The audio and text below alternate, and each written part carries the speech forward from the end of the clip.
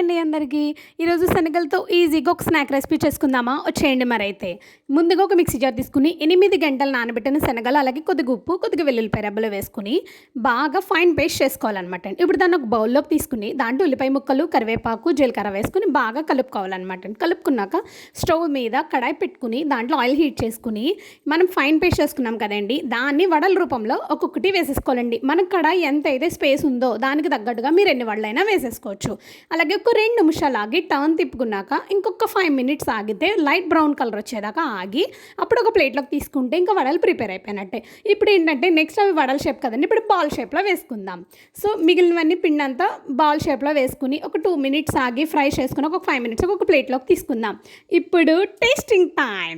ఏదైనా సాస్తో కానీ, చట్నీతో కానీ, కొబ్బరి చట్నీ, అల్లం చట్నీ, పల్లి చట్నీ, మీ ఇష్టం ఏ చట్నీతోటైనా తినచ్చు. సూపర్ అల్టిమేట్గా ఉన్నాయి. ప్లీజ్ అందరూ ట్రై చేయండి. బాయ్.